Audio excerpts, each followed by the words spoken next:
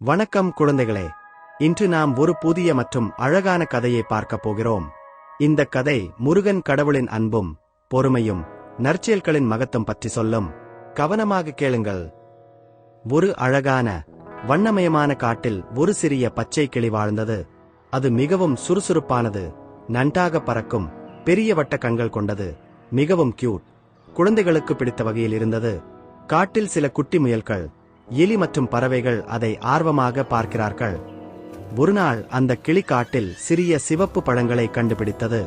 கிளி அவற்றை பார்த்து மகிழ்ச்சியுடன் அருகே சென்றது. மற்ற விலங்குகள் அதனிடம் வர கொஞ்சம் தயங்கினார்கள்.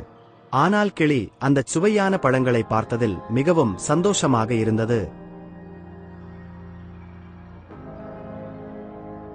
அந்த நேரத்தில் முருகன் கடவுள் காட்டில் வந்து சேர்ந்தார்.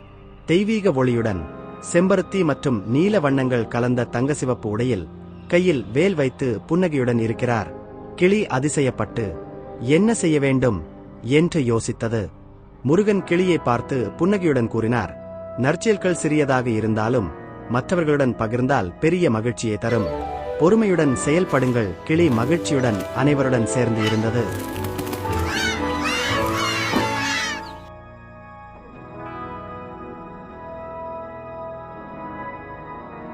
இந்த கதையிலிருந்து நாம் கற்றுக்கொள்ள வேண்டியது: நற்செயல்கள் செய்யுங்கள், மற்றவர்களுடன் பகிர்ந்து கொள்ளுங்கள், பொறுமை காட்டுங்கள்.